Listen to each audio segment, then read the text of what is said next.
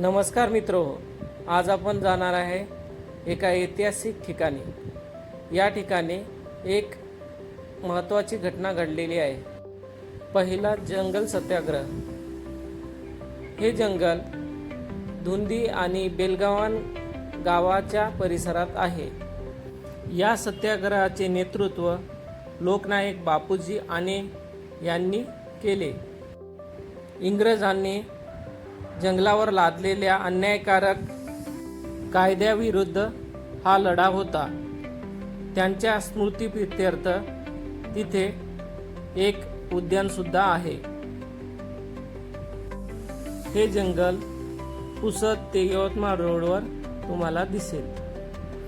हे एक जंगल नसून इतिहासाच्या पाऊलखुणा इथे दिसतील। त्या काळात स्वातंत्र्य सैनिकांनी आपल्या हक्कासाठी सत्याग्रह केला।